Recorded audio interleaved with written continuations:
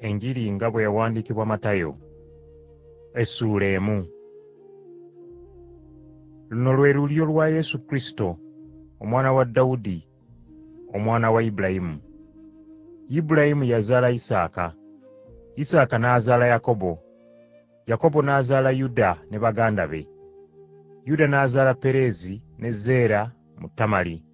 Pereezi n'azaala Kezirooni, Kezirooni n'azaala Laamu, Laamu n'azaala Aminadaabu, Aminadaabu n'azaala Nasoni, Nasoni n'azaala Salumooni, Salumooni yazaala Bowaazi mu Lakabu, Bowaazi n'azaala Obedi mu Luusi, Obedi n'azaala Yese, Yese yazaala kabaka Dawudi, Dawudi n'azaala Sulemaani mwe yali muka Uliya. Sulemaani yazaala Lekobowaamu, Lekobowaamu n'azaala Abiya, Abiya n'azaala Asa, Asa n'azaala Yekosafaati, Yekosafaati n'azaala Yolaamu, Yolaamu n'azaala Uziya, Uziya n'azaala Yosamu, Yosamu n'azaala Akazi, Akazi n'azaala Keezeekiya, Keezeekiya n'azaala Manase, Manase n'azaala Amosi, Amosi n'azaala Yosiya, Yosiya n'azaala Yekoniya ne baganda be mu kiseera eky'okutwalibwa e Babulooni.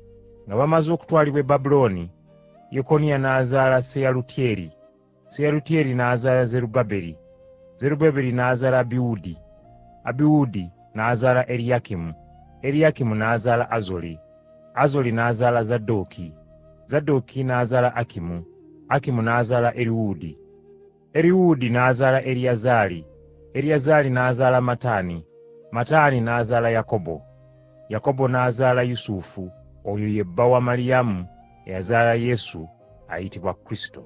Noolwekyo emirembe gyonna okuva ku Ibulayimu okutuuka ku Dawudi gyali 14, era okuva ku Dawudi okutuuka ku kuwaŋŋangusibwa e Babulooni emirembe 14, era okuva ku kuwaŋŋangusibwa e Babulooni okutuuka ku Kristo nagyo emirembe 14.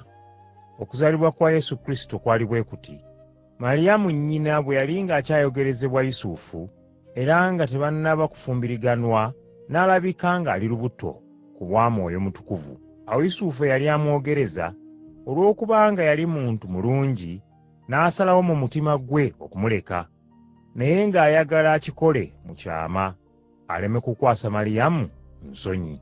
Naye bwe yali ng'agalamidde ku kitanda kye ng'akyabirowoozaako, n'afuna ekirooto. N'alaba malayika wa Mukama ng'ayimiridde w'ali, n'amugamba nti, Yusufu, omwana wa Dawudi, totya kutwala Maliyamu okuba mukazi wo, kubanga olubuto lw'alina yalufuna ku bwa Mwoyo Mutukuvu. Era alizaala omwana wabulenzi, olimutuuma erinnya Yesu, amakulu nti Omulokozi, kubanga y'alirokola abantu bonna mu bibi byabwe.